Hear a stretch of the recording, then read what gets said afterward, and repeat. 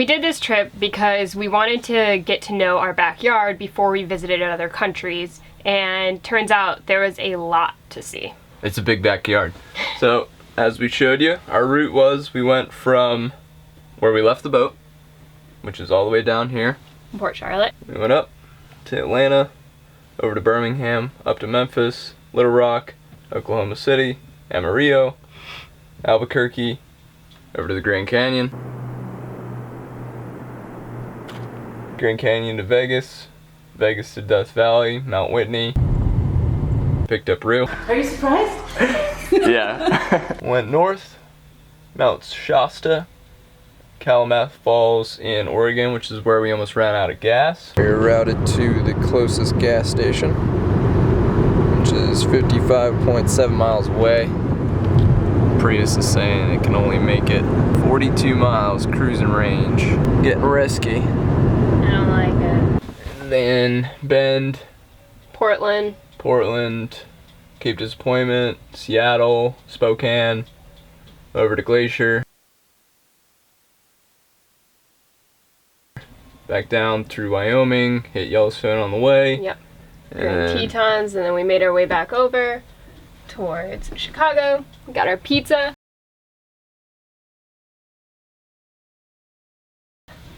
And then we went over to the East Coast.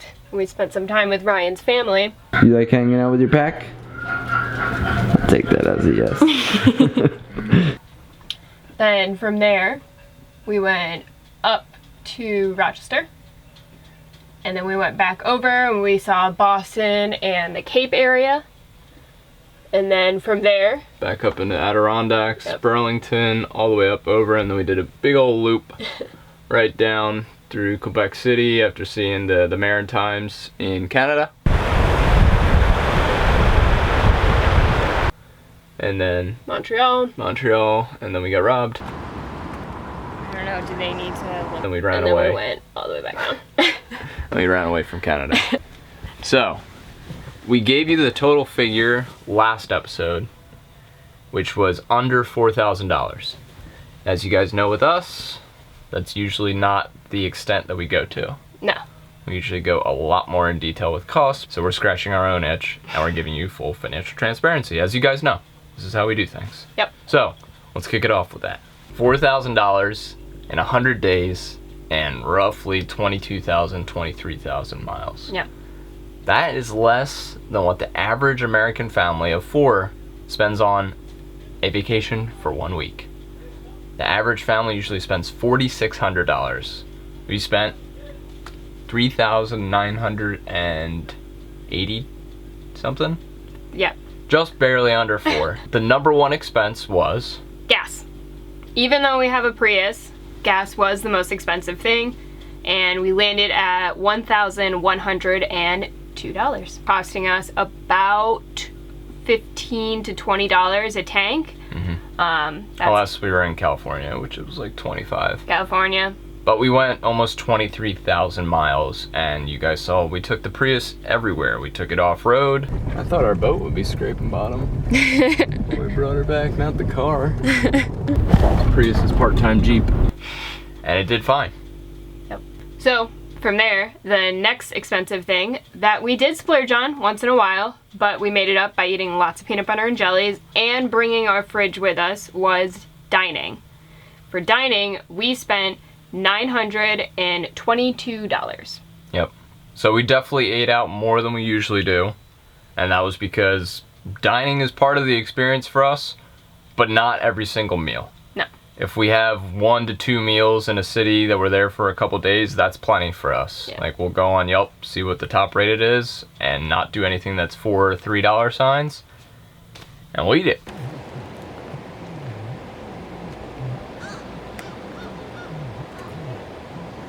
Really good lobster. Even in Vegas, we were eating peanut butter and jellies in Vegas. Well, Vegas wasn't really a dining experience for us. I don't think either of us really wanted to eat there, and that was just more, let's edit some episodes, and Ryan wanted to see Vegas and play poker, which I did, and we won, and we made Vegas a profitable experience. And we showered. And we showered. Oh yeah, that shower's great. Yeah. Alright, so the next thing. we did use a lot of free campsites, and that saved us a lot of money. And we had probably Tons of the money. best experiences at those free campsites. A lot of the free campsites were better than paid for campsites that we spent in. I would say that the majority of free campsites were better than the ones that we paid for. Oh yeah, definitely. Outside of like some that were in the national park, like Glacier and stuff, but like you guys saw, I was like going freaking crazy in Oregon over that one campsite, and like it was incredible, and it was free. Guys, this is free. That's unbelievable. You don't need to have or spend money to get an experience like this. What more could you ask for?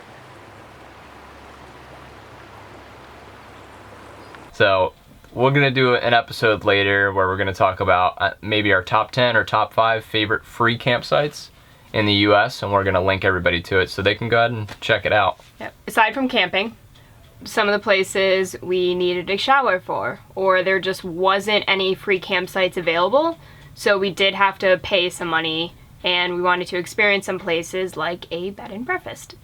We've been like all over the US. We've seen like a bunch of these small inns and bed and breakfasts, and we were like, man, it would be really cool to stay at one. And I think we nailed it with this one. It cost us $951 for all of our lodging over the 100 days. Yep. So again, the main way that we kept that cheap was staying at free campsites. We did stay, I would say, for like maybe 5% of the trip with friends and family. Yep. So reach out to friends and family. They're more than happy to have you crash on their couch. I mean, you really don't need to be that comfortable when you're traveling. Spend the money on experiences. Don't spend it on sleep. The next thing is groceries. We brought our own fridge, and that helped us a lot. And we also are members of Costco. Shopping at Costco has saved us a lot of money. Yeah. And we're not sponsored by Costco, obviously. No. That would be sweet sponsorship, though. And usually for food, like, although we do eat PB&Js every now and again, Always eating peanut butter and jellies. Saving money. we usually eat very healthy for the most part. Yeah. All the stuff that we buy is organic, and Costco is really cheap for their organics, and they have a ton of organics available. Yeah. And mostly when we shop there, we can fill up the entire fridge, get snacks, and it will last us 2.5, 3 weeks. So it does really good. We got a really small fridge too, so you can see it doesn't fit a lot, but surprisingly for us, it works. I mean, you only use like probably 25% of your fridge actively. Yeah. A lot of it's usually like filled up with condiments and other comfortable and convenient crap. So we downsized our fridge, and honestly, I don't really notice a huge difference with it, do you? No. So the cost of groceries, $700 over 100 days. And when we're not traveling, we usually spend roughly $180 every 2 weeks on groceries. 180 to 220, Yeah. I would say, is our average. So it was lower, if my quick math in my head is right. We spent lower on a bi-weekly average for groceries than we usually do, which would make sense because our dining expense was like way higher than it usually is. Over 100 days for us, like on the boat doing projects or traveling on the boat, we probably spend like $100 over those 100 days on dining out. Yeah, we rarely eat out when we're on the boat. So the next thing that kind of goes along with the gas is car insurance for Maggie. Roughly $180 for those 100 days. And we own the car, so it wasn't a rental or anything like that, so it was just the car insurance that we had to pay. If you really want to get into the weeds, yes, there was depreciation on the vehicle, and there's a whole bunch of hidden costs of actually owning an automobile. There's actually a really good Mr. Money Mustache article that we will link in the description below that really goes into how much it actually costs to own a car. The true cost of the road trip, probably over $4,000 if we factored in the depreciation of the vehicle, the 23,000 miles that we put on it and all that, but we're not getting that into the weeds yet, unless you guys want us to, because we will. We also did our own oil changes on the car, and we didn't take it into anywhere, so that saved us a lot of money as well. We just got the raw materials and did it ourselves. It doesn't save a ton, but it saves a little bit. A well overdue oil change on this gal. Alright, so the last thing is the miscellaneous group. This would be things like getting our national parks pass to get into all the parks along the way. That cost us $80. Then in addition to that, there was just street parking and little things along the way, tolls, stuff like that. Tolls, definitely. Yeah. I mean, we paid $50 to cross a bridge in Canada. It is so expensive. $46. 46 Canadian dollars. I blame Google Maps for bringing us across a toll road. Part of the reason why this bridge is so expensive is it cost $1 billion to build. It is 7 miles long, and it is the longest bridge that goes over ice-covered water in the entire world. So the total cost was $180 for all those kind of miscellaneous things along the trip. So that brings us to our total again, which is just under $4,000 for 100 days of traveling, and we saw 23,000 miles of the Estados Unidos and Eastern Canada. That's not a lot of money in the grand scheme of things for 100 days. A lot of people pay more in rent for those 100 days than we did to travel for those 100 days. Definitely. And, or their mortgage. Yeah. And that's really what we stand for with Abandoned Comfort. You don't have to have that nice Airbnb when you go to that place. If you do it once over the entire trip, it really makes the experience that much better, which is what we've found. So I can't tell you how many people that we've talked to since we put up the road trip videos that say like, wow, that place is like 2 to 3 hours from my house and I've always wanted to visit it. But Just they go. never have. Just go. It's a weekend trip. Just take a weekend out of your busy life. There's projects can wait for one weekend. Go see it. Go do it. Go adventure for just one weekend. Yeah. See it while you can. Yeah. You won't be disappointed. We promise. So, getting into the weeds, how can we make this as actionable for you as possible? First and foremost, how to keep the trip at an affordable cost. Number 1, freecampsites.net. We've told you how many times that we've saved the most on this trip was through accommodation. So freecampsites.net, definitely the number 1 resource. The second, Gas Buddy. Gas Buddy. So whoever's not driving, go ahead and look it up. For us with the Prius, we'll drive those extra 5 miles to save 15 cents per gallon because in the end it saves us money. Makes a big difference. Then the third one, Waze. you can put on Waze, you can click a certain option where it segments things down and it says avoid tolls. So we'll show you a clip from our road trip where we avoided a toll in New York. We never pay for tolls. How we do that is through Waze. We go onto the app and we tell it to avoid tolls. And in this scenario right now, we are going through New York, and to get back to New Jersey, it would cost us $25 in tolls.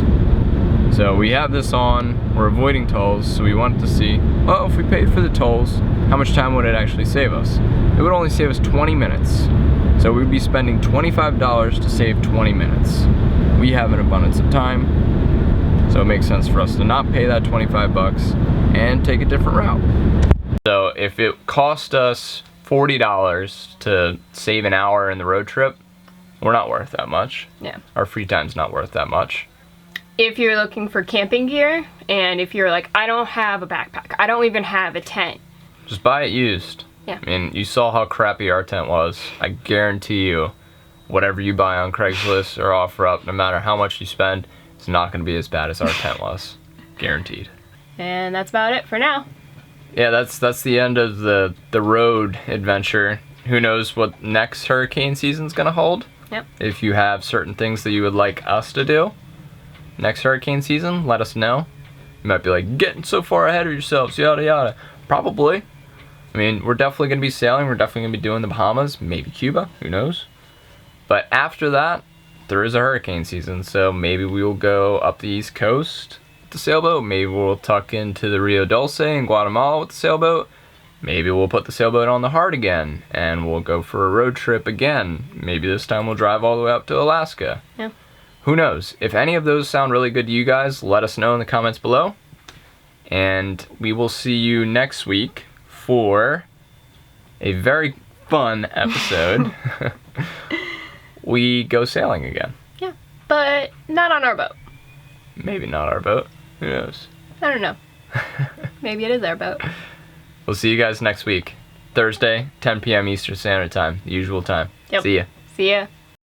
I'm on a river that winds on forever. Follow till I get where I'm going. Maybe I'm heading to die, but I'm still gonna try.